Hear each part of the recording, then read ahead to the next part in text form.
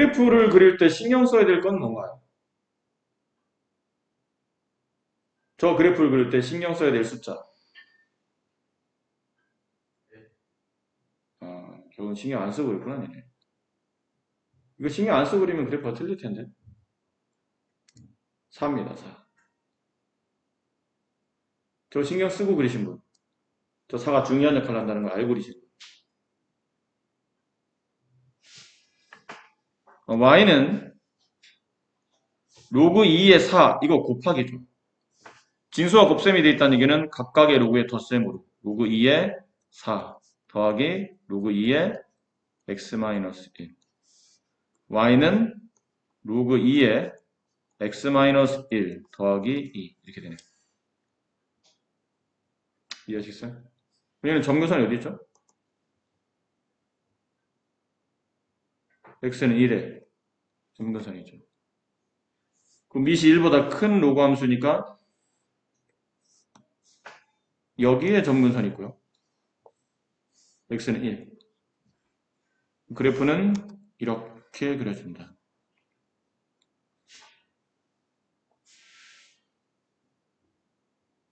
됐니?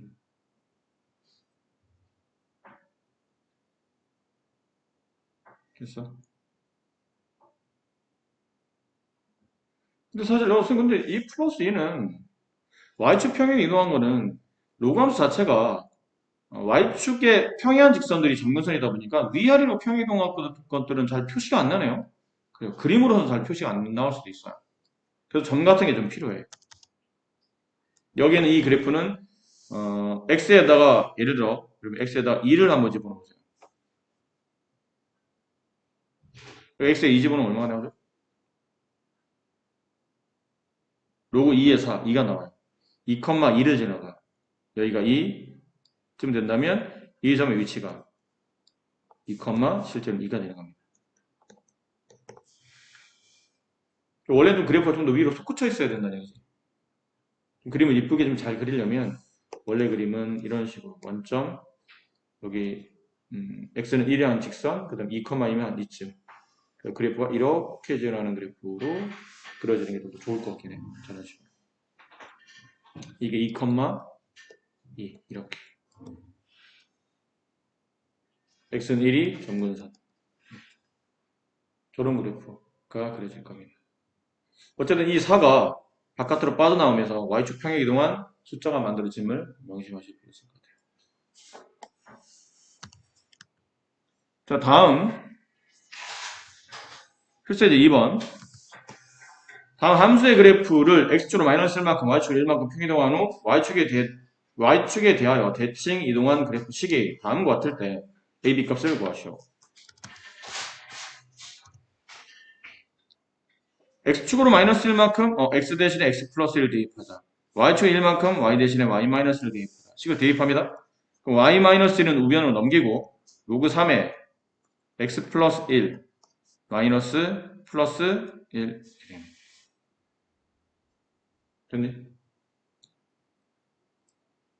근데 이 그래프가 이동한 후 그러니까 첫 번째는 했고요. 두 번째 y축 대칭 이동하시오. y축 대칭 이동하는 얘기는 x 대신에 마이너스 x를 대입한다.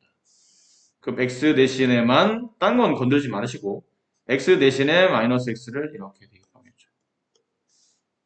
그랬더니 이 그래프랑 얘랑 같다. 로그 3에 ax 플러스 b랑 같다. a, b를 구하라. 차이를 굳이 둔다면 뒤에는 플러스 1이에요. 저렇게 플러스 1로 자연스럽게 이렇게 떨어져 있으면 안 되고 같이 모으라는 얘기니까 얘를 로그 3의 3 이렇게 바꾸고 같은 밑의 로그의 덧셈으로 진수끼리 곱하죠. 로그 3에 여기는 마이너스 x 플러스 1과 3을 곱하면 마이너스 3x 플러스 3이 돼요. 그래서 a 값은 마이너스 3, b 값은 3 이렇게 만들어집니다. 천천히 하시면 됩니다. 그렇게 어렵지 않은 문제이기 때문에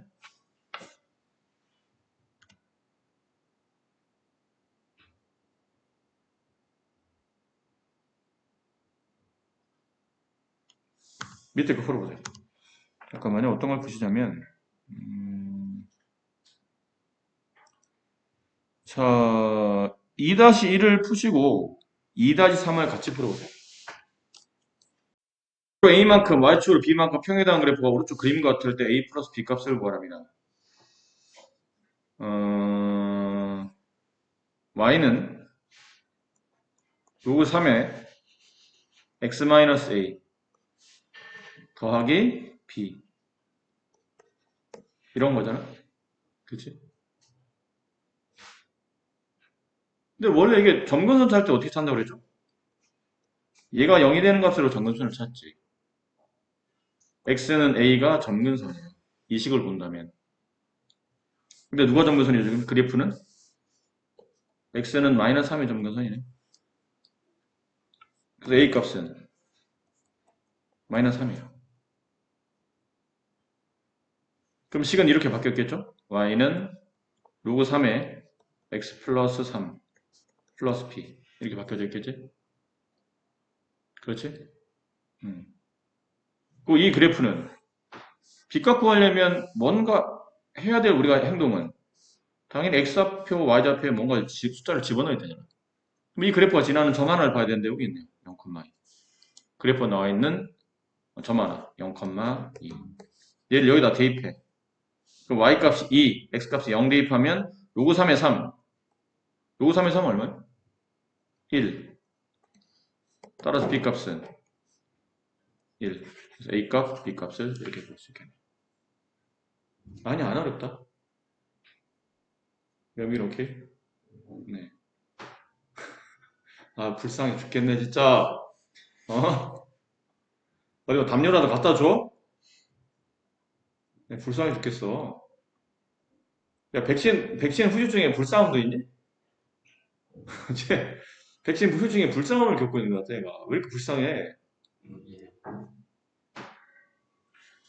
보통 딴 애도 백신 후유증 하면 뭐, 두통, 뭐, 복통, 근육통, 이런 데 쟤는 불쌍함. 자, 다음 문제 봅시다.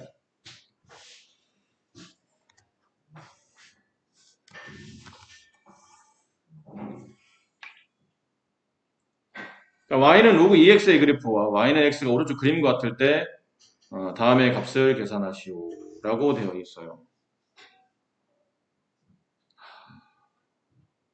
지금 이거 어떻게 구해야 되는 겁니까? a 더하기 b 더하기 c를 저희가 어떻게 구해야 되죠?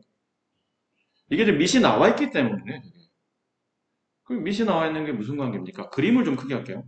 그림이 너무 조금해서 그림을 크게 하고 그림에다가 설명드릴게요. 잘 보이시나요? 그림?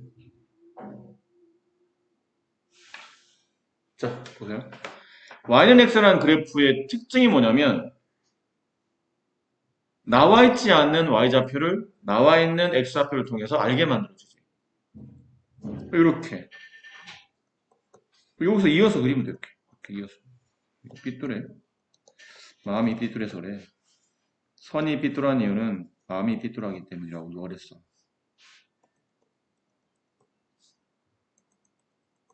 요즘 허리가 아프다 보니까 마음이 심란해요. 여기 1이지. 그치? 그럼 봐. 여기 있는 점의 좌표는 뭐냐? A값을 찾으려면 여기 있는 점을 알아야 될 거 아니야. 그래프 위에 있는 점, 인 동시에 A를 지나는 점. 이 점을 A라고, 이 점을 라지 A라고 합시다. 여기를 라지 B, 여기를 라지 C 라고 한다면 라지 A는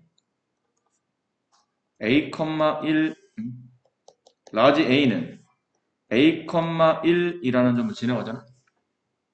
근데 점 A는 그래프 위에 있는 점이니까 여기다 대입이 가능해. 저 식에다가, 로그식에다가. X에 A를 대입하고 Y에 1을 대입했더니 이 1은 로그 2의 X. A가 얼마죠? 로그 2의 A다. 로그 2의 A. 그래서 A가 얼마인가요? 2네요. 로그 2의 2가 돼야 1을 대입하네. 그렇지? 그럼 여기 얼른 2를 써. 고민하지 말고. 이거 2였구나. 2를 썼어. 그럼 여기 있는 값이 x합과 2니까 여기도 2가 된다는 뜻이지. 그럼 쭉 따라서 이어보니까 여기 있는 점 B가 B, 2라는 점을 지나네. 여기는 점 B는 X좌표는 B, Y좌표는 2. 근데 이것도 로그 그래프 위에 있는 점이니까 대입을 하게 되면 Y 값이 2일 때 X 값이 B, 로그 2의 B. 따라서 B 값은 얼마? 2를 제곱하면 B가 되는 거잖아. 로그를 지수로 바꾸는 방법. 2를 제곱하면 B가 된다. B는 4가 된다. 이게 4였어. 얘가 4래. 그럼 빨리 또 여기다 Y는 X에다 불러. 야, 나 4야. 그래? 그럼 여기 Y좌표가 4네. 그럼 점C의 좌표가 다시 나와요. 점C의 좌표. C는 C, 4. 그래프 위에 있는 점 대입합니다. 4는 로그 2의 C.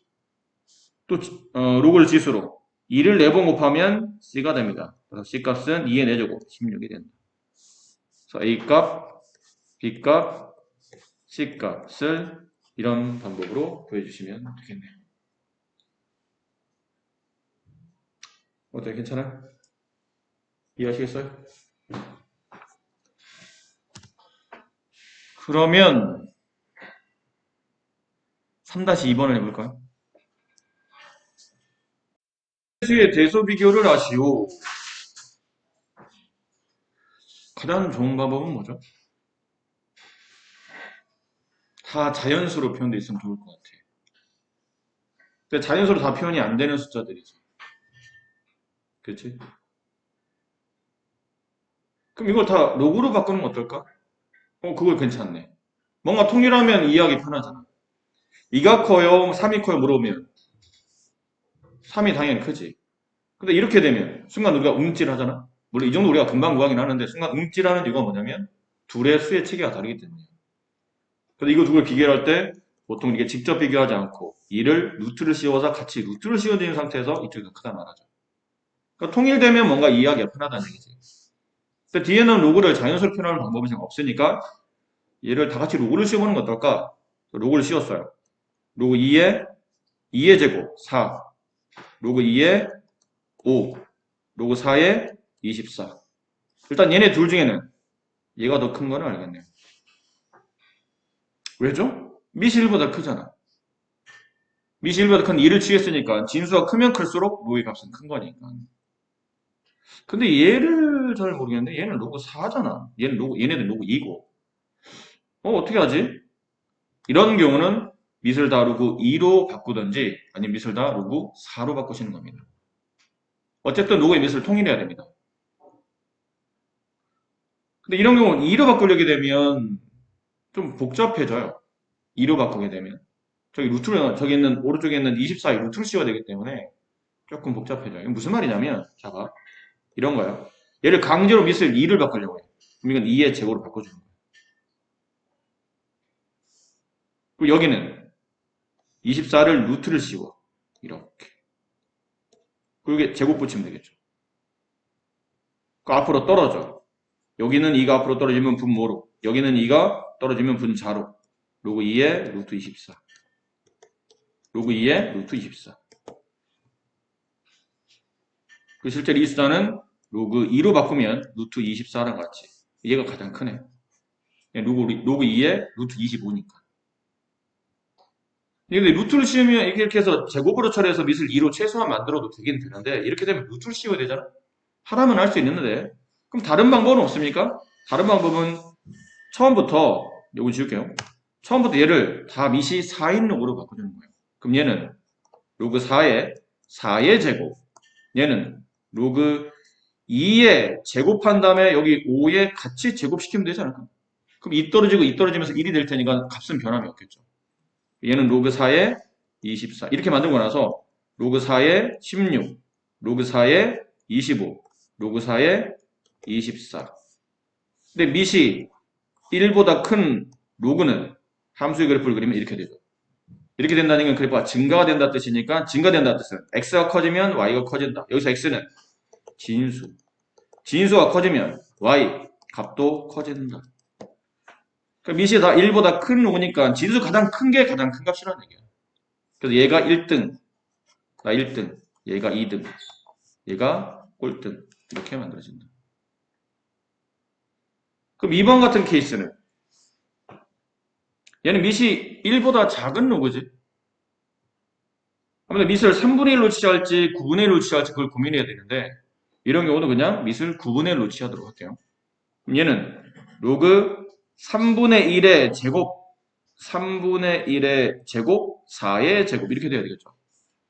얘는 로그 9분의 1의 12 얘는 로그 9분의 1의 마이너스 1제곱 이래 돼야 마이너스 나올 거 아닙니까?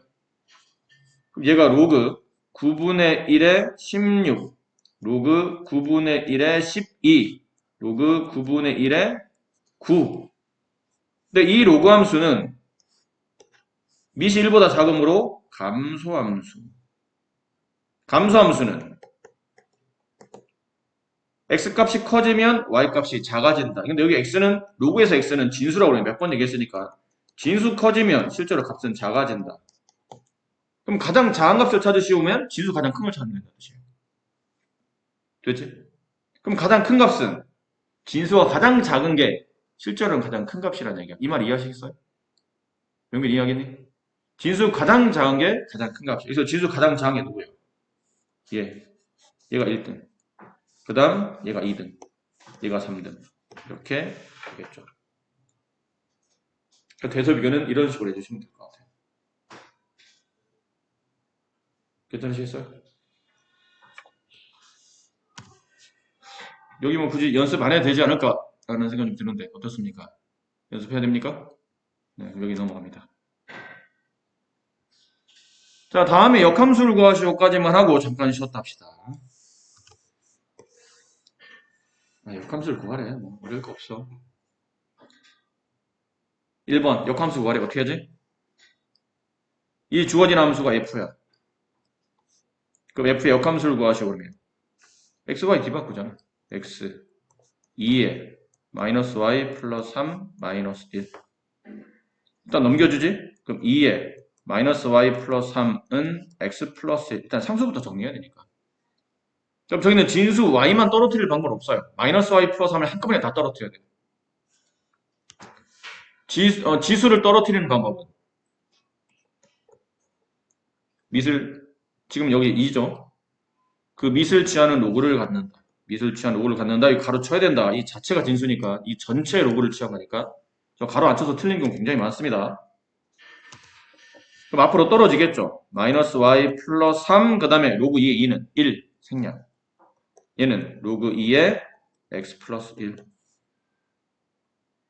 그럼 이 양을 하게 되면 얘로 넘어가고 플러스 1로 넘기면 y는 로그 2의 x 플러스 1 마이너스 3 y를 정리해야 되죠? y는 마이너스 로그 2의 x 플러스 1 플러스 3 이렇게 해서 네, 역함수를 구하시겠네요. 쓸데없이 또 여기는 마이너스를 여기다 분배하는 미친 짓은 하지 마라. 알겠죠? 큰일 납니다. 저거는 마이너스를 분배하는 게 아니고 굳이 쓴다면 이 마이너스는 어디서 왔다 봐야 돼요? 여기서 왔다고 하는 거지. 떨어진 거야, 지수에서. 근데 이거는 우리가 다항식의 마이너스를 제곱 아직 처리하는 게 좀 미숙하기 때문에 이런 거는 굳이 이렇게 쓰진 않고 이렇게 앞에다 붙여주는 게 낫다는 뜻이지. 마이너스가 아니야. 로그 앞에 있는 부분은 마이너스는 실제로 지수에서 떨어진 숫자라고 생각하시는 게 맞아요. 자, 2번. 얘를 함수 f라고 한다면 함수 f의 역함수를 구하시오. x, y를 뒤바꿉니다. x 로그 3의 y-2 플러스 1 넘기면 로그 3의 y-2는 x-1 됐니? y-2는 3의 x-1 어려워? 이렇게 바꾸는 거?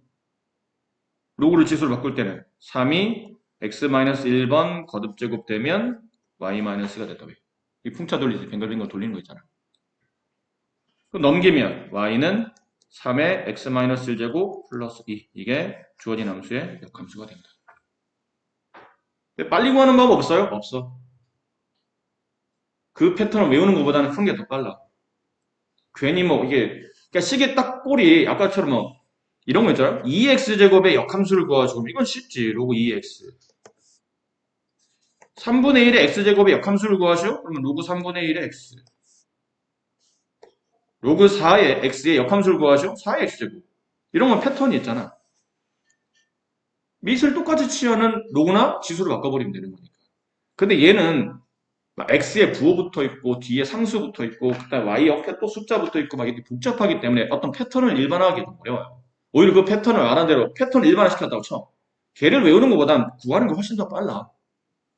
그러니까 이거는 굳이 패턴을 익혀서 빨리 풀려고 하지 마시고 역함수를 천천히 구한다고 생각하시면 그렇게 풀이 시간이 오래 걸리지 않으니까 충분히 가능합니다. 자, 그렇습니다. 여기 밑에 있는 연습 문제를 좀 풀어봐야 될 텐데 5-3번만 풀어보시고 잠깐 어려운 부분이 아니에요. 자, 다음 함수의 최대값과 최소값을 구하시오 인데 물론 지금은 다 조건에 맞게 나와 있으니까 뭐 크게 신경 쓰진 않아도 되는데 원래는 로그함수 문제 풀 때 항상 신경 써야 될 게 이 진수의 범위인 이 진수인 2x 플러스 1이 늘 0보다 커야 되죠. 따라서 x는 마이너스 2분의 1보다는 커야 됩니다. 근데 범위 자체가 어차피 마이너스 2분의 1보다 큰 값에서 나왔기 때문에 크게 신경 쓰진 않아도 되는데 지금 문제에서는 그렇긴 한데 원래 로그함수 문제를 풀 때는 항상 진수가 양수라는 걸 유념하고 문제를 푸셔야 돼요. 밑이 1보다 큰 로그함수니까 그래프는 이런 식으로 생겼겠죠. 로그함수 그래프 개형을 대략 그릴 수 있어야 됩니다. 하나의 점근선을 가지면서 아래에서 위로 증가하는 저런 모양. 근데 범위가 주어졌죠? x값이 1부터 1이 어딘지 몰라. 그냥 대충 잡는 겁니다. x는 1, 4까지 x는 4. 그럼 그래프 모양은 여기서 그려진다. 이렇게 여기서부터 이렇게 그려지겠더라. 이런 곡선 형태로 그려진다. 이렇게. 그럼 최대값은 어딥니까? 최대값은 여기겠죠? F4. 최소값은 여기겠죠? F1. 이 함수를 내가 fx로 둔다면 x에다 1 집어넣었을 때가 최소값. 저기다 1 집어넣으면 로그 3의 3, 1이 최소값. 4 집어넣으면 로그 3의 9. 로그 3의 9 얼마야? 2죠. 네, 최대값은 2, 최소값은 1 이렇게 해주시면 됩니다.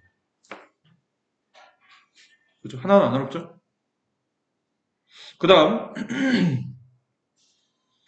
얘도 필요 없지만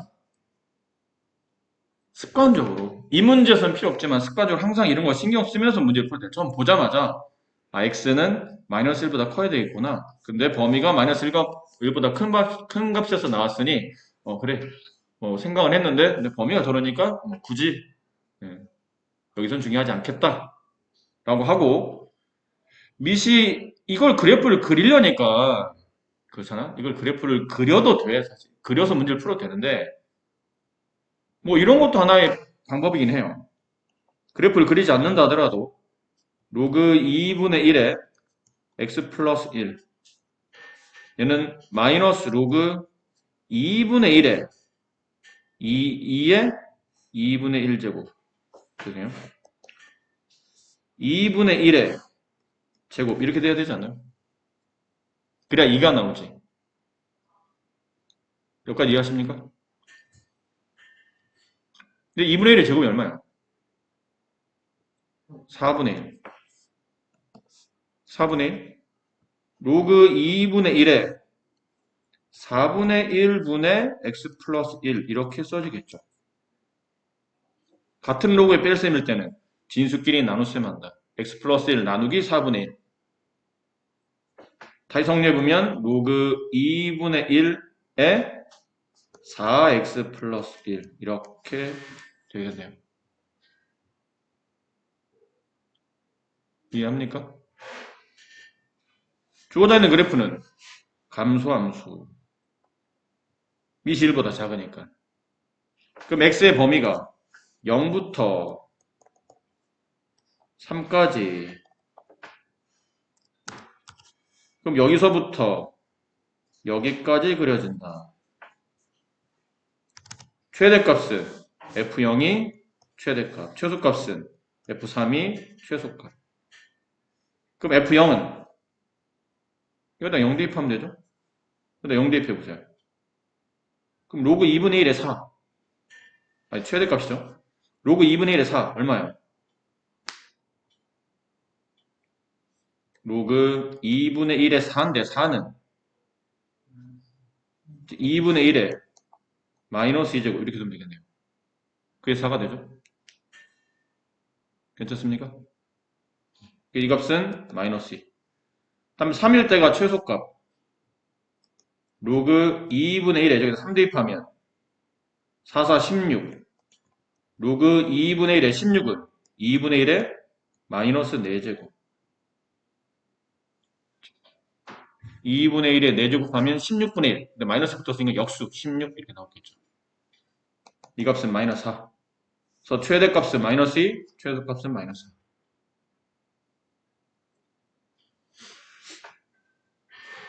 자, 그런데 봐봐. 지울게요. 그런데 지금 선생님은 이 문제를 풀 때는 좀 그래도 단순했던 게 뒤에 따로 상수가 없이 이게 진수로 딱 붙어 있다 보니까 그냥 그래프 계형을 두기가 충분히 그냥 이렇게 되겠지. 됐니? 근데 이게 숫자가 떨어져 있다 보니까 그럼 y축 평이동을 했다는 뜻인데 그런 걸 고민할까봐 붙여드렸는데 사실은 그럴 필요가 없어. 왜 없냐면 로그 함수든 지수 함수든 최대 최소를 구하려면 그래프 개형만 알면 되잖아. 그러니까 그래프의 대략적 모양만 알면 된다는 뜻이야. 말했듯이 얘는 단조하잖아. 단조롭잖아. 얘네들은 밑이 1보다 크면 그냥 계속 증가하는 거고 밑이 1보다 작으면 감소하는 거야. 중간에서 뭐 내용이 그래프의 모양이 바뀌거나 뭐 꺾이거나 증가하다 감소하거나 이러지 않는다는 얘기죠. 얘는 그래프의 전반적 모양이 이렇게 생겼을 거야. 얘는 그래프의 전반적 모양이 어떻게 돼? 이렇게 생겼을 거야. 왜지? 밑이 1보다 작으니까. 밑이 1보다 작은 노고함수의 그래프를 y축 방향 어떻게 한 거죠? 마이너스 2만큼 평행이동한 거야. 근데 감소함수를 밑으로 두 칸 끌어내린다고 갑자기 감소가 증가가 돼? 그러지는 않잖아. 위에서 감소하던 게 아래로 조금 더 내려와서 감소하는 것 뿐이라는 얘기야. 어차피 그래프 개형만 알면 되잖아.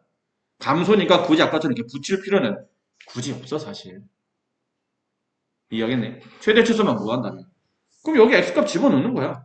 어째서? 이게 최대값일 테니까. F0 이게 최대값일 테니까. 최소값 여기서 나오겠지. F3 걔가 최소값일 테니까. 근데 계산만 하면 돼. 이거 0 집어넣어. 아이고. 여기 있는 식에다 x에 0 집어넣어. 0 집어넣었어요. 그럼 2분의 1 0 집어넣으면 로그 2분의 1 0 집어넣으면 1 마이너스 2 얼마야? 마이너스 2야. 어차피 이건 0이니까. F3 여기다 3 집어넣어. 로그 2분의 1에 3 집어넣으면 4 마이너스 2. 얘는 로그 2분의 1에 2의 마이너스 2제곱. 죄송해요. 2분의 1의 마이너스 2제곱. 2분의 1의 마이너스 2제곱. 근데 만약에 이런 게 좀 불편해. 난 2분의 1의 마이너스 2제곱이 계산해보면 4인 건 알겠는데 순간 빨리 생각이 안 나. 그러면 이렇게 바꿔.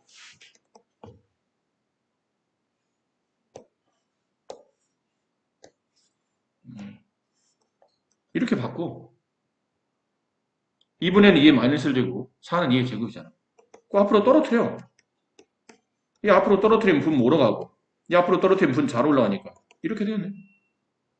그래서 마이너스 2. 이렇게 봐도 되고. 그러니까 보기 편한 대로 보라니까. 이게 편하면 이렇게 보고, 이게 편하면 이렇게 보고. 그래서 얘는 마이너스 2에 마이너스를 계산하면 정답은 마이너스 4. 그래서 최대값 마이너스 2, 최소값 마이너스 4. 그러면 된다는 얘기야. 굳이 붙이고 다시 보면 굳이 그렇게 안 해도 돼. 전체적 그래프 개형만 알면 된다는 얘기야. 위로 증가하는지 아니면 감소하는지. 증가하면 x 작은 값이 최소값, x 큰 값이 최대값. 감소하면 x 큰 값이, x 작은 값이 최대값, x 큰 값이 최소값. 그렇게 될 테니까. 대략적 개형만 알면 충분히 간단하게 최대 최소 정도는 구할 수 있다는 뜻이에요. 그래프를 제대로 좀 그릴 수 있으면 뭐 더 좋겠지만 문제 자체가 그냥 최대 최소만 구하는데 굳이 뭐 그래프를 억지로 막 똑같이 좌표점에 쫙 그럴 필요는 없어. 문제가 그걸 요구하는 게 아닌데 왜 그렇게 힘들게 문제를 풀어? 그럼 여기는 여러분한테 좀 맡겨두도록 할게요. 숫자만 잘 대입해서 문제를 풀어주시면 될 것 같아서. 근데 혹시 이 중에 선생님 요즘에 너무 문제 잘 안 풀어주시고, 아니, 문제 우리 푸는 거 안 지켜봐 주시고, 자꾸 본인만 풀고 자꾸 넘어가시는 것 같은데, 수업을 너무 날로 잡수시는 거 아닙니까? 오해할까봐 얘기하는데, 니네 할 거 많아. 최대한 이 방학 때 진도를 빨리 빼줘야 된다고. 근데 지금쯤 느끼셨겠지만, 고등수학 상하는 중학교 때 배운 내용이 있기 때문에, 그래도 좀 도움을 받을 수 있는 단원이 많아요.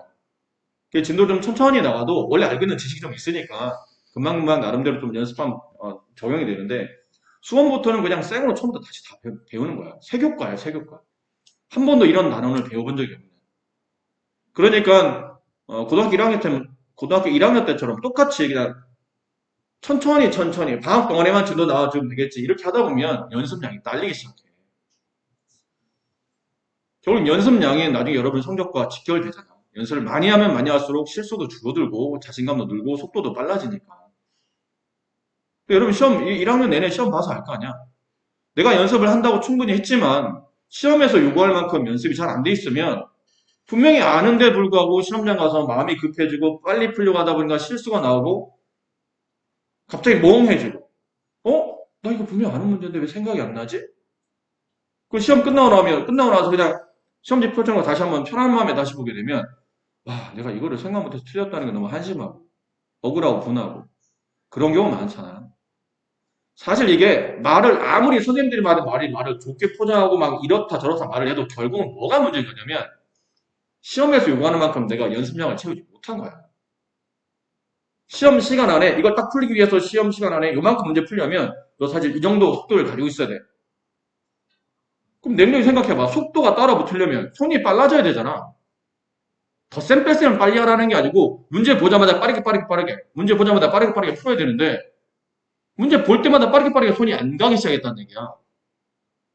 그럼 시간 안에 문제를 빨리 풀어내려면 문제를 보자마자 빠르게 문제풀이가 떠오르는 문제들이 상당히 많아야 된다는 뜻이고 그 얘기는 연습이 잘 돼 있다는 뜻이에요. 그러니까 보면 이거는 이렇게 보면 이거는 이렇게 이거는 좀 어려운 문제인데 어떻게 풀지? 일단 패스 하는 것부터 패스하고 남는 문제 다 풀고 나서 보니까 한 3-4문제 남았어. 그 3-4문제를 이제 고민하면서 어떻게 풀까? 이렇게 그래프 그려볼까? 안 되네? 식을 만들어서 연립시켜볼까? 그런 고민을 하는 거지 않습니까? 근데 이번 시험 같은 경우도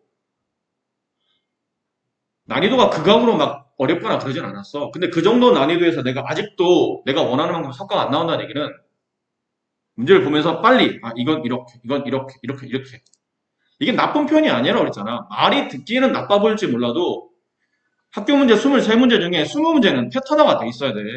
보면 빨리 떠올라야 된다, 풀이가. 이거 이렇다 하면서 기계적으로. 내는 패턴화, 기계적으로 이런 말을 쓰다 보니까 수학을 패턴화 시킨다고? 수학을 기계적으로 푼다고? 수학은 이해를 바탕으로? 수학은 이해가 아니야, 얘들아. 수학의 상당히 많은 부분은 네가 수학자가 아니잖아. 네가 수학을 연구하는 사람이라 수학 잘하면 이해를 바탕으로 새거를 막 끌어내야 되고 알고 있는 걸 바탕으로 모르는 걸 만들어내야 되고 그거는 이해를 바탕으로 하는데 너는 알려져 있는 수학을 받아들이는 사람이잖아. 입시생이라고. 넌 수학자가 아니야. 너 지금 수학과 와서 수학을 연구하는 사람이 아니라고. 현실적으로 봐야지, 현실적으로. 극단적인 예로 내가 수학은 이해를 바탕으로 해. 공식 같은 건 외우지 않았어. 수학은 이해 학문이니까. 그러니까 원넓이 구하는 것도 난 공식을 외우지 않아. 삼각형 넓이 구하는 건 나 공식 외우지 않아. 난 이해를 바탕으로 다 유도해서 풀겠어. 훌륭하지, 훌륭해. 그걸 유도해서 풀 정도면 진짜 수학의 밑바닥을 다 알고 있다는 뜻인가. 이거 훌륭해. 훌륭한데 그걸 시험장에 써먹겠다고? 원넓이 하나 구할 때마다 밑바닥에서 유도해서 공식을 외우지도 않고 밑바닥에 끌어와서 문제를 풀겠다고? 이건 입시생이 가져야 될 자세가 아니잖아. 극단적인 예일 수도 있겠지만 20문제 중에 20문제 정도는 패턴화 기계화가 돼 있어야 돼. 보면 바로 풀이가 돼야 된다. 근데 수학에서 상당히 금지일 수도 있어요. 패턴화, 기계화 이러다 보면 수학은 이해를 바탕으로 하는 학문인데 너무 우리를 주입식교, 기계적 풀이 이런 걸 참 요구하시는 게 아닌가? 마치 금지어를 쓰다 보니까 선생님이 말하는 게 부담스러울지 몰라도 입시생이면 오히려 이해를 바탕으로 문제를 유도해서 푼다는 느낌보다는 23문제를 다 말하는 게 아니야. 23문제 중에 뻔하게 나올 수 있는 문제 18문제에서 한 20문제 정도는 그냥 떠올라야 돼. 구구단 암기 하듯이. 또 구구단 암기가 수학의 기본이잖아. 연산형을 빨리 하기 위해서. 그런 것처럼 한 20문제 정도는 보면 벌써 어느 한쪽에서 머리 쪽 한쪽에서 풀이가 어느 정도 떠올라야 돼. 그리고 나는 그 풀이를 떠오른 거 가지고 잘 기술해서 쓰면 된다고. 근데 이게 빨리 안 되니까 네가 착각하는 게 뭐냐면 내가 손이 느려. 아, 내가 연산력이 부족한가? 중1 때보다 다시 해야 되나? 연산을 개발하기 위해서 뭐. 그게 아니야. 그럴 수도 있겠지. 어떤 친구들에 비해서 내가 연산 실력이 좀 부족해서 좀 계산할 때 좀 시간이 좀 더 걸릴 수도 있어. 근데 현실적으로 냉정히 바라보면 그런 부분에서 시간이 밀리는 거는 생각보다 크지 않아. 대부분 다 문제를 보고 이 문제. 니네 학교에서 1등급 받는 애들은 그게 되는 거라고. 23문제 중에 20문제는 이 문제 이렇게, 이 문제 이렇게, 이 문제 이렇게. 뻔한 문제. 나머지 3문제 고민. 어떻게 풀지? 이렇게 저렇게 굴리다 보니까 한 문제를 맞춰. 그러니까 1등급이 나오는 거야. 점수가 90 몇 점 이렇게 받으면서 1등급 받잖아. 문제 찍어서 하나 맞췄는데 맞았어? 그럼 문제 오면 100점. 아니면 95점 얼마? 94점 얼마? 1등급. 그 중에는 다 푼 애들도 있긴 있겠지만 대부분 다 1등급이 그런 식으로 나오는 거라고. 다 풀어서 1등급 받는 애들도 있지만 상당히 많은 1등급 애들은 1등급이 많지는 않지. 인원수로 본다면 한 10몇 명밖에 안 되니까. 근데 거기서 실제로 한 두세 명 정도만 다 풀어서 100점 맞는 거지. 나머지는 운이야, 운. 적당히 운이야. 운 좋게 찍어서 맞춘 애도 있다고. 한 개, 두 개 헷갈렸는데 찍어서 맞춥니다. 니네 학교에서 니네 학교에서 1등급 받은 애한테 붙잡아서 물어봐. 너 다 알고 100점 맞고 1등급 받았니? 그러면 학교 시험에서 100점이 생각보다 많지 않을 수도 있잖아. 어떤 경우는 반에 아예 없는 경우도 있고, 있어도 뭐 한 명, 많으면 한 2명. 그럼 다 모아보면 10명이 채 안 되는 경우도 많고. 그럼 나머지 애들은 한두 개씩은 틀렸다는 얘기잖아. 거기서 1등급이 구분되는데, 결국은 한 문제냐 두 문제냐의 차이점이야. 그럼 그런 애들도 냉정히 봐봐. 한 문제 틀려서 1등급 받았어. 그럼 걔는 정말 한 문제만 모르는 걸까? 아닐 수도 있어. 두 문제를 모르는 걸 수도 있어. 근데 우연찮게 찍었는데 그 문제가 맞았을 수도 있고, 그런 경우도 있다고.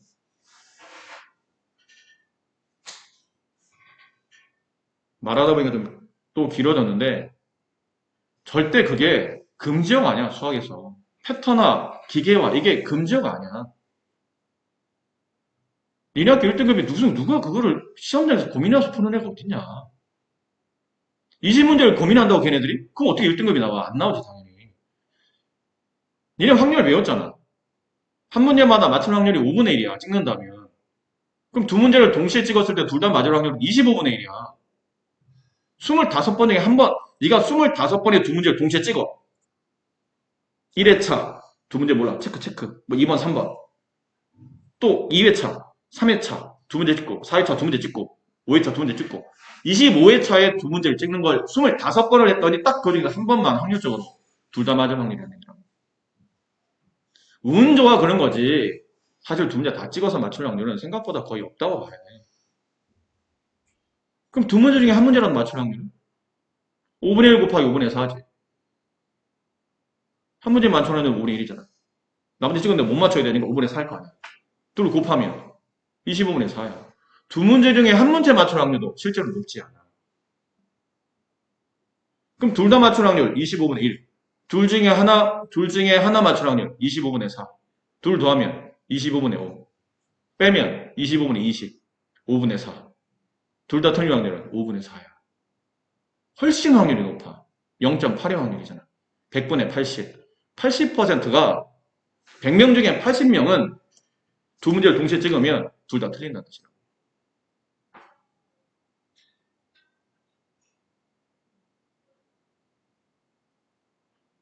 어떤 1등급이 어떤 1등급이 시험장에서 문제 받자마자 이거 어떻게 푸는 거지? 이렇게 푸는 거야. 이건 어떻게 푸는 거지? 막 생각해보고 고민해보고 이렇게 해서 이렇게 하면 되겠다. 그런 1등급이 어딨냐고. 니네 학교 1등급 10몇 명 물어봐.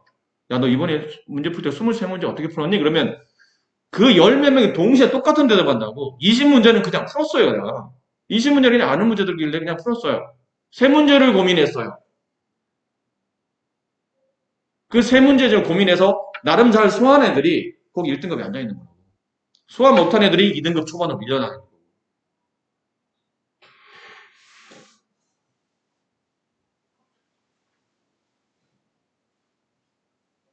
반복학습이야, 잊지 마. 반복학습이야. 그 말하다가 말이 좀 이렇게 잔소리 좀 길어졌는데, 선생님이 위에는 예제 문제 하나 풀어드리고, 요 밑에 있는 건 여러분이 할 수 있겠죠? 하고 넘어가는 이유는 풀어주기 싫어서나 니네 풀고 있는 걸 기다리기 싫어서가 아니고, 그런 거 일일이 다 보고 있으면 진도 못 빼. 물론 그런 경우 있겠지. 내가 보기에는 이거 너희들이 풀 수 있을 것 같아서 일단 넘어갈게 라고 한 문제 중에 실제로 여기서 못 푸는 문제가 있을 수도 있어. 선생님은 풀 수 있을 거라고 나를 믿고 풀 수 있을 거야 했는데 막상 풀어보니까 안 풀려. 그런 문제도 있겠지만 선생님 판단에서는 그런 문제는 10개 중에 몇 개 안 된다는 얘기야. 대부분 다 이거는 네가 꼭 선생님이 지켜보는 자리에서 꼭 풀고 5분씩 풀이 시간을 주고 지켜보지 않아도 집에서 네가 여유 시간을 풀어도 풀 수 있는 문제를 건너뛰겠다는 거라고. 시간적인 소모를 막기 위해서. 굳이 집에 가서 풀 수 있는 문제를 내가 여기서 지켜봐야 되냐? 1 더하기 2가 3인 거를 내가 여기서 지켜봐야 돼? 그럴 필요는 없잖아. 네가 집에 가서 1 더하기가 3인 걸 네가 쓰면 되는 거 아니야. 그런 느낌처럼 여기서 풀 수 있는 문제는 집에 가서 풀 수 있어. 그런 거를 선생님 판단하에 건너가겠다는 거라고. 그 남는 시간에 좀 더 여러분이 필요한 문제들, 좀 더 필요한 진도들을 좀 더 나가는 데 집중하겠다는 거.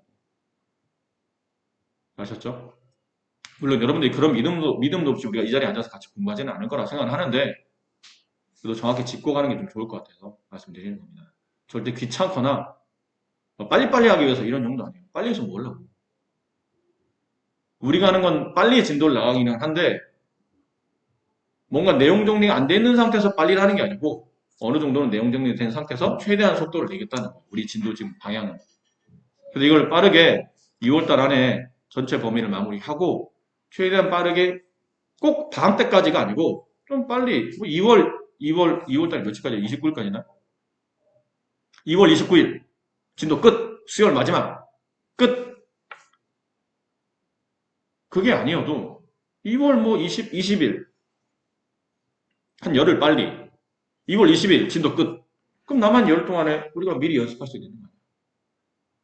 다음 단계 좀 더 수준 높여서 2월 15일 그럼 남아있는 10일 동안에 또 다른 걸 연습할 수 있는 거 아니야. 한 2주 가까이를. 얼마나 좋아. 아셨죠? 그러니까 지금 여러분들이 해야 될 게 진도를 선생님이 좀 최대한 스피디하게 나가면 여러분은 학원에 이제 끝나고 난 다음에 남으셔서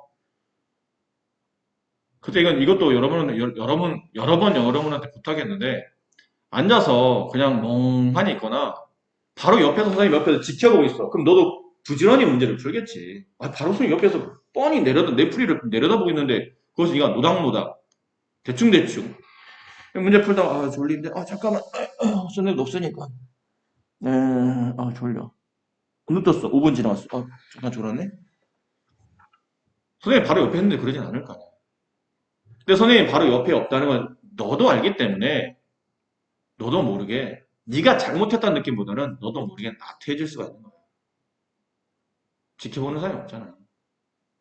그럼 하다 보면 옆에 아무도 없어. 내가 잠깐 딴 생각한다 하더라도 누굴 풀이를 막 써야 되는데 쓰고 막 자 1번 풀이, 2번 풀이, 3번 풀이 쭉 하다가 근데 그게 아니고 1번 풀이 하다가 자 2번 또 한 몇 분 동안 한 2, 3분 동안 하니까 그런다고 누가 옆에서 뭐라 하는 사람이 없잖아. 그러니까 남아서 문제 푸는 시간이 우리가 정규 수업은 끝났다 하더라도 남아서 문제 푸는 시간이 여러분한테 비효율적일 수도 있다는 뜻이야. 그래서 자꾸 쉬는 시간이든 짬이 날 때마다 왔다 갔다 하는 이유가 뭐냐면 그나마라도 내가 중간에 왔다 갔다라도 하면 좀 더 여러분이 긴장해서 풀까봐 좀이라도 짬이 나면 고 가서 잠깐 뭐 잘 되냐? 뭐 잘하고 있냐? 그렇게 얘기해 주는 게 그리고 왔다 갔다 이렇게 한 번씩 한번 쳐다봐 주는 게 그런 이유야. 너희들을 못 믿는다는 개념보다는 여러분도 좀 더 집중할 수 있도록 선생님이 옆에서 도와주겠다는 거다. 근데 매 시간마다 옆에 있어주면 좋겠지만 항상 그럴 수는 없으니까 여러분 이번 방학 때 다음 학기 성적을 꼭 올리고 싶다면 남아서 문제 풀이하는 이 시간 있잖아요. 적게는 뭐 1시간 반, 많게는 2시간, 2시간 반. 이 정도 시간에 잘 생각해만 해도 진짜 네가 최선을 다해서 열심히 하잖아? 어차피 남아서 할 건데 이왕 하는 거 내가 최선을 다해서 열심히 하고 싶어. 하는 동안이라도. 그럼 이거 생각보다 굉장히 무서운 거야.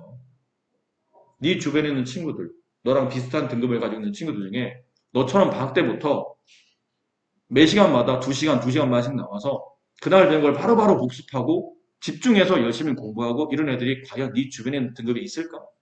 없어. 그런 애들은 다 1등급에 가 있어. 그런 애들. 그런 자세를 가지고 있는 애들은 1등급에 가 있다. 근데 네가 마치 1등급인 것처럼 매 시간마다 끝난 다음에 열심히 하려고 노력하고 나도 모르게 잠깐 잠들었어. 정신 차려야지. 바깥 나가서 물 한 잔 먹고 왔다 갔다 하면서 잠깐만 스트레칭도 좀 하면서 잠도 좀 깨우고 그럴 때는 5분 10분 쉬어도 괜찮아. 너무 피곤하면 죽지만 앉아있지 마. 근데 니네들 그거 원했던 거 아니잖아. 절대 움직이지 마라. 2시간 반 동안 꼼짝도 하지 마. 일어나면 죽여버릴 거야. 그렇게 안 했잖아.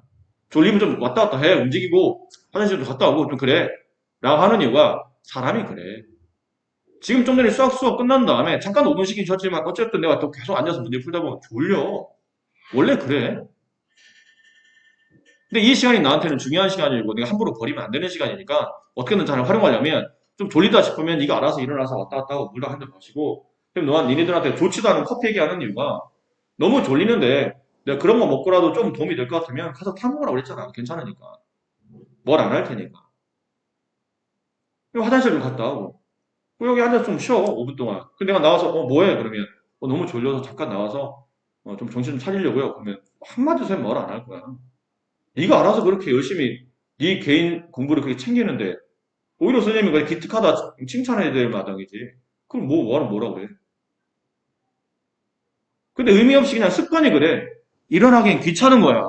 일어나긴 귀찮고 일어나서 또 다시 뭐 정신 차려 다시 공부하느니 또 그것도 뭐 그렇게 원하는 모양새는 아니고 하다 보니까 졸리긴 하고 피곤하니까 자꾸 자세는 무너지고 반쯤 누워가지고 그냥 이렇게 하다가 졸리면 그냥 자는 거지.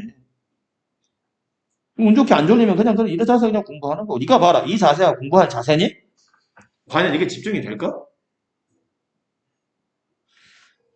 아니 상식적으로 이렇게 공부하는 것과 이렇게 공부하는 것 중에 뭐가 집중이 될까? 이건 유치원생도 알아. 네가 그냥 이게 편하고 이게 좋으니까 이렇게 하는 거지. 이게 절대 공부에 도움이 되는 자세는 아니야. 너도 알아. 이렇게 하는 게 공부에 도움이 된다는 것을. 의자 딱 땡기고 정신 바짝 차리고 앉아서 눈 똑바로 뜨고 문제를 정확히 봐야지. 비스듬히. 이 풀이가 문제지 잘 보이지도 않으면 비스듬히 누워가지고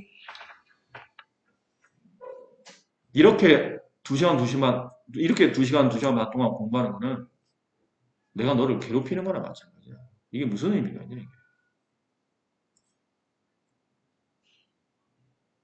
아주 다른 표현해 보면 차라리 1시간 동안 공부하는데 40분을 공부하고 20분은 쉬는 한이 있더라도 제대로 하는 게 나아. 선생님, 선생님은 제가 학원에 나와서 공부할 때 사실 느낌적으로 1시간 동안 공부하면서 한 5분, 10분만 쉬고 한 50분이나 55분은 열심히 해주기를 원하시겠지만 제가 집중력이 그 정도는 안 되는 것 같아요. 그래서 최대한 한번 해볼 텐데 한 40분 정도, 대략 한 40분 공부하고 한 20분 정도 쉬면 안 될까요? 아니면 30분 공부하고 10분 쉬고 30분 공부하고 10분 쉬고 이렇게 하면 안 될까요? 그러면 제가 차라리 공부가 더 잘 될 것 같습니다. 그러면 그렇게 해. 뭘 안 할게. 저는 그렇습니다. 뭘 안 한다고. 공부가 더 잘 된다는데 그렇게 시켜야지. 이게 무슨 공식이야? 수학 공식이야? 55분 공부, 5분 쉬시. 이게 무슨 공식이냐고. 열심히 하라는 뜻이지 시간을 정해놓은 건 아니야. 그러니까 여러분한테 가장 맞는 이게 저쪽 강의실로 옮겼을 때는 그냥 아유 그냥 오늘 수업 배우면 그냥 문제 풀고 집에 가야지 이런 느낌이 아니야. 그런 느낌은 너 남기는 거 아니라고. 진짜 오늘 배운 내용을 확실히 공부하고 안 되는 거 체크하고 책을 좀 찾아보고 그래도 안 된다면 이면제 막 이렇게도 풀어해보고 저렇게도 풀이해보고 자꾸 부딪혀. 뭐가 문제일까 고민해보고 그거 하나 가지고 너무 시간 끌 수 없으니까 일단 다른 거 아는 것부터 먼저 풀고 그러니까 그런 문제 남겨놨다가 집에 가서 다시 한번 고민해보고 다른 공부 하다가 잠깐 또 짬 나면 또 꺼내놓고 아까 안 풀리는 문제 있던데? 아, 다시 한번 풀어보자. 안 되네? 책 앞에 막 뒤져보고 비슷한 내용 뭔지 찾아보고.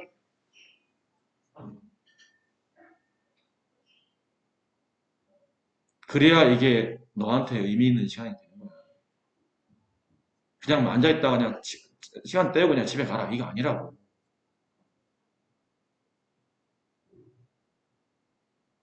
선생님이 왜 니네한테 수업 시간에 집중 안 하거나 졸면 내가 니한테 막무라고 그러지.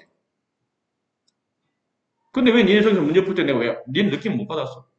수업과 다르게 저기서 문제 풀 때 네가 잠깐 졸으면 내가 너한테 막무라고 하진 않잖아. 야, 정신 차려야지. 아유, 이런 자식 졸고 있었네.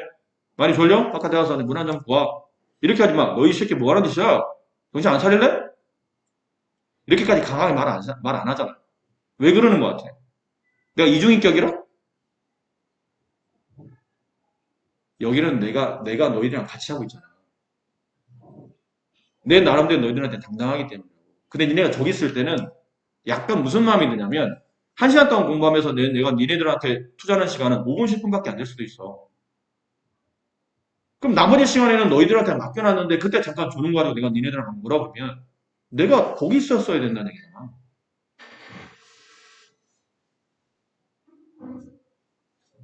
그러니까 한 시간 내내 너희들을 같이 지켜봐주지 못했다는 미안함 때문에 그렇게 강하게 뭐라 하지 않는 거야. 근데 속에서는 막 부글부글 끓어올라, 사실. 너 어깨 두드리면서 정신 차려야지, 힘내. 말은 그렇게 하지. 근데 속에서는 아이 이 새끼야 정신 안 차릴래 진짜? 뭐 졸라고 남았어? 여기 영화냐? 뭐 그런 생각이 들어. 근데 내가 네가 네 옆에서 바로 옆에 지켜봐주지 못하고 문제를 하나하나 봐주지 못했기 때문에 말을 그렇게 좋게 하는 것뿐이야. 정신 차려라, 힘내라. 근데 네가 그거는 뭐 선생님, 선생님 나를 격려하시구나. 웃기지 마. 격려하는 거 아니야. 속에서 막 욕하고 있어 지금. 그게 정신 바짝 차려야 돼. 선생님 나와서 야 너 왜 졸고 있었마? 정신 차려. 너 언제부터 졸았던 거야? 그 얘기 한 10배 정도 강하게 선생님 나를 질책하시는구나. 그렇게 생각을 해야 된다고.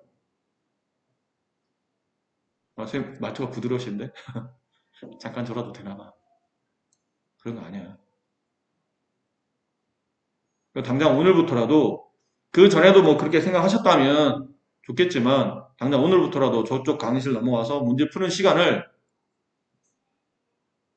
그냥 뭐 남아서 그냥 2시간, 2시간 반 동안 일단 뭐 선생님이 뭐라 하니까 안 하고 갈 수는 없고 일단 하긴 하는데 하면 좋고 뭐 안 되면 어쩔 수 없고 이런 느낌으로 하지 말고 문제양을 정해. 이거 중요한 거야. 네가 최대한 뭐 분 단위로 쪼개면 더 좋겠지만 그 정도까지는 뭐냐 못하겠다면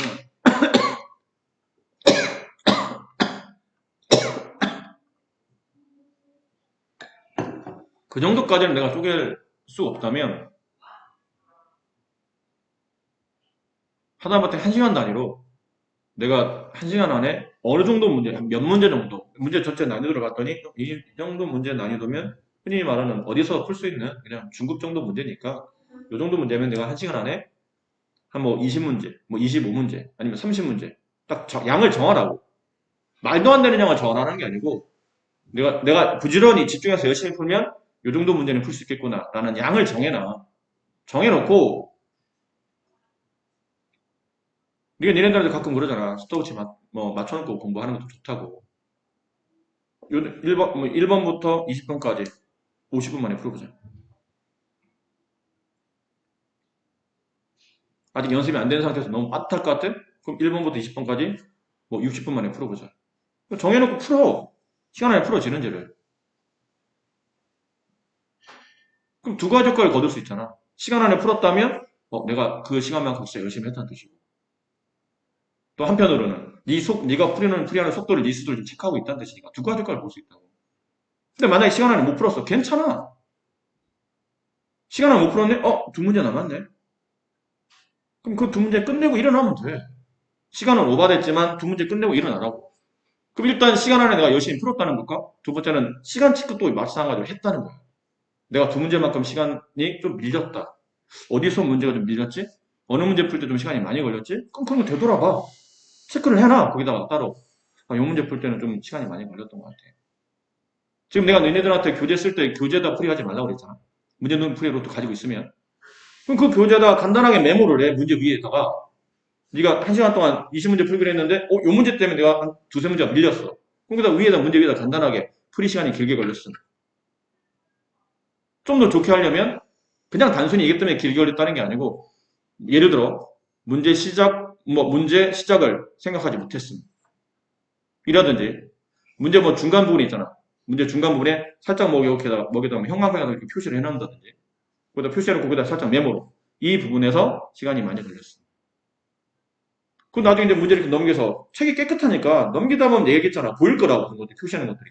그런 걸 확인해 가면서 아 맞아 내가 이랬었어. 지금은 옛날을 떠올리라는 게 아니고 옛날을 떠올리면서 지금 현재 너의 위치를 파악하라는 얘기야.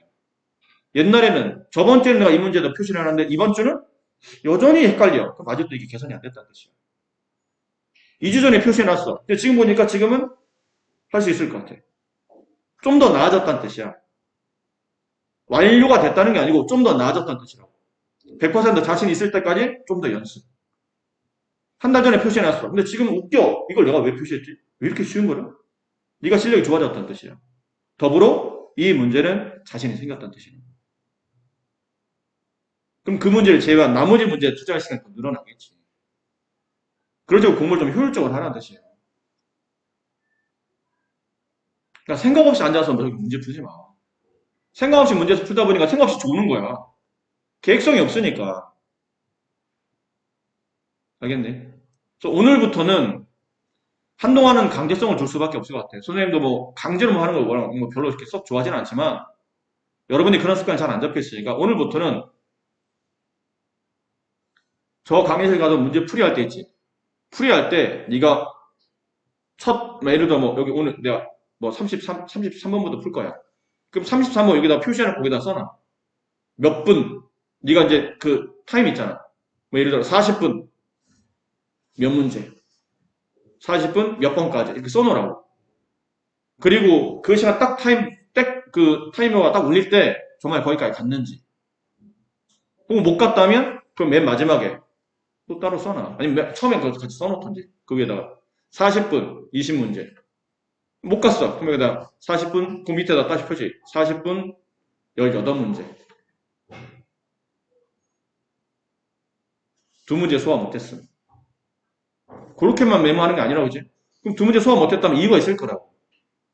여러 가지 이유가 있겠지. 네가 너무 과도하게 많이 잡았거나 생각보다. 네가 지금 가지고 있는 실력에 비해서 너무 시간에 비해서 너무 문제를 많이 잡다 보니까 내 실력에 문제가 있는 게 아니고 내가 너무 계획을 너무 빡빡하게 잡은 거야. 그럼 그 다음부터 수정을 해야 돼. 40분에 18문제. 이게 나한테 지금 당장 이게 적당한 시간인 거지. 요 정도 수준이라면. 근데 보니까 아니 그게 아니야. 실제로 40분에 20문제 풀 수 있는 정도가 돼야 되는데 아까 32번과 35번과 40번 문제 풀 때 시간이 생각보다 너무 많이 걸린 것 같아요. 그럼 그 문제다 표시를 해놓으라고. 아까 말한 대로 형광펜으로 잘 보이게. 형광펜 표시해놓고 간단한 메모를 써. 뭐가 문제였는지를. 아셨어요? 오늘부터. 그 쉬는 시간은 과도할 정도가 아니면 선생님 뭐라 하지 않을게요. 40분 문제 풀었어. 나 15분 쉴래. 알아서 해, 이거. 뭘 안 할게. 근데 놀기 위해서 시간표를 잡으라는 건 아니잖아. 그럴 거면 집에 가서 놀아야지, 여기서 왜 놀아. 20분 공부, 40분 휴식. 이게 무슨 의미가 있어, 이게. 근데 40분 공부하고 10분 휴식. 또 다시 40분 공부하고 10분 휴식. 이렇게 하거나, 아니면 45분 공부하고 15분 휴식. 그렇게 가거나. 네가 알아서 정해. 네가 생각하기에 다음 공부를 원활하게 할 수 있고, 내가 공부 때문에 이렇게 뭔가 스케줄이 밀리거나 스트레스 받지 않는 한에서 최대한 빡빡하게 잡으면 이렇게 잡으면 되겠다. 계획은 할 수 있는 것. 할 수 있다는 얘기는 내가 노력하에 집중해서 할 수 있는 범위까지는 여기까지는 가능하겠다. 약간의 도전의 정신. 여기까지는 내가 하는 게 맞는 것 같고 해야 될 것 같아. 그럼 그것까지는 하는 거야. 근데 말도 안 되는 거. 60분 중에 59분 공부, 1분 휴식. 이건 말이 안 되잖아. 비현실적이잖아. 그렇게 잡을 필요도 없고 30분 공부, 30분 휴식. 이것도 비현실적이야. 네가 중학생이냐? 공부한 만큼 놀게? 또 고등학생이잖아. 고등학생은 논 시간보다 공부하는 시간이 더 비례적으로 더 많아야 돼. 30분 공부, 30분 휴식. 이거는 아무리 그래도 말이 안 되잖아. 그러니까 네가 생각에 이렇게 가면 나한테 딱 적당하긴 하겠는데 여기서 조금만 더, 여기서 수시를 조금만 더 공부 쪽으로 투자한다더라도 내가 해낼 수 있고 이 정도는 하는 게 맞는 것 같아. 그런 시간을 잡으라고. 그런 시간을 맞춰놓고 공부를 하라는 얘기예요. 오늘부터입니다. 좀 이따 선생님이 갈 때, 쉬는 시간 갈 때마다 물어볼 거야. 범위 어디까지 잡았니? 그럼 네가 버벅댈 필요 없잖아. 표시해 놓은 게 있잖아. 40분 동안 20문제 풀기 위해서 여기 있는 뭐 30번부터 몇 번까지 이렇게 하기로 했어요, 선생님. 그래, 일단 해보자. 그럼 좀 이따 왔을 때 내가 보면 알 거 아니야. 풀이만 딸랑딸랑 무슨 답만 딸랑딸랑 쏘는 게 아니고 분명히 풀이식이 있을 테니까 풀이식을 기반으로 아까 네가 얘기한 대로 잘 됐어? 안 됐다고 해서 선생님한테 눈치 보지 마. 맞아, 안 됐는데 그걸 공부를 열심히 안 했다는 놈이 할 짓이고 열심히 했다면 그 나름대로 당당하게 이유가 있을 거라고 못했다면 40분 동안 20문제 잡았는데 지금 제 실력이 여기 있는 난이도 문제를 풀 때 그 정도 속도를 못 따라하는 것 같아요. 전체적으로 특정 문제가 문제되지 않았는데도 약간 시간이 부족했습니다. 아직 제가 속도가 빠르지 않나 봐요. 전체적으로는 좀 더 속도를 높일 필요가 있을 것 같아서 다음 시간에는 40문제 중에 20문제가 아니고 40문제 중에 18문제 일단 목표를 해볼게요. 아니면 40문제, 아까 말한 것처럼 40문제, 20문제 목표 가능한데 아까 두 문제가 너무 생각보다 시간이 많이 걸려서 그거 푸느라고 시간이 많이 걸렸어요. 그럼 그런 것들은 표시. 나머지 별 문제 없다는 얘기잖아. 그런 식으로 이제 선생님한테 알려주면 돼. 그렇구나, 그래, 잘했구나, 어쨌구나. 좀 더 이렇게 해보자. 이 건설적인 얘기가 우리가 돼야 될 거 아니야. 그래서 쓱 가봤더니 뭐해? 풀고 있어요. 잘 돼? 네. 묻는 놈도 의미 없는 질문처럼 보이고 대답하는 놈도 의미 없이 보인다고. 근데 사실 서로 의미 없이 얘기한 건 아닌데 나는 나대로 의미를 가지고 대답했고 너도 너 나름대로 의미를 가지고 대답했는데 남이 들으면 무의미한 대화처럼 보이는 거야. 우리가 아니고 남이 옆에 지켜봤다고 쳐봐. 선생님이 이거 대충 그냥 찌그러져서 공부하는 친구한테 어떻게 잘 돼? 네. 별 문제는 없어요. 남이 보면 굉장히 무미건조하고 의미 없는 대답처럼 보이잖아요. 뭐지? 열심히 한 것 같지 않은데 선생님은 열심히 했냐 물어봤고 애는 그냥 대충 그렇다고 대답했고 그렇게 보일 거 아니냐고. 남의 눈치를 보자는 게 아니고 다른 어떤 누군가가 봤을 때 객관적으로 심사위원들이 있다고 치고 그 사람들이 봤을 때도 쟤 열심히 했어. 그 선생님 와서 체크해 보니까 확인해 본 과정에서 이런 어떤 수정할 부분이 생기면 서로 대화로 좀 더 나은 방향을 찾고 있는 것 같아. 좋은 것 같아. 이렇게 돼야 되는 거지. 뭐 서로 의미 없이 물어보고 서로 의미 없이 대답하고 그런 일은 없도록.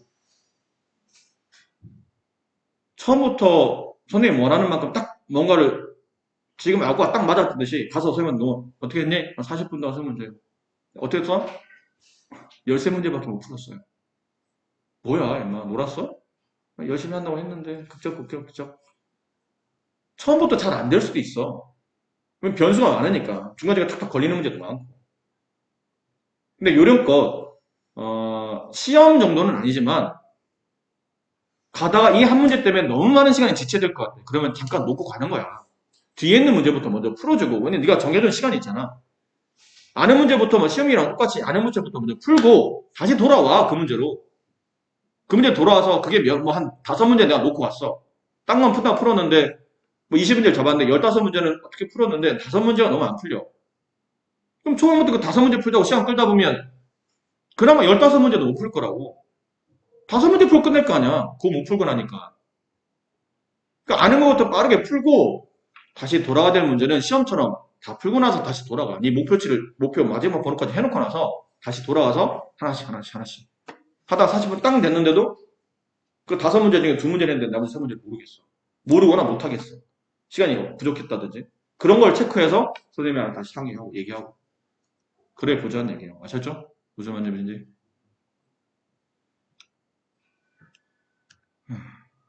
이거 뒤에 마무리 못했네요. 2유형 남았는데. 근데 바깥 애들이 다음 시간에 와서 기다리고 있어서.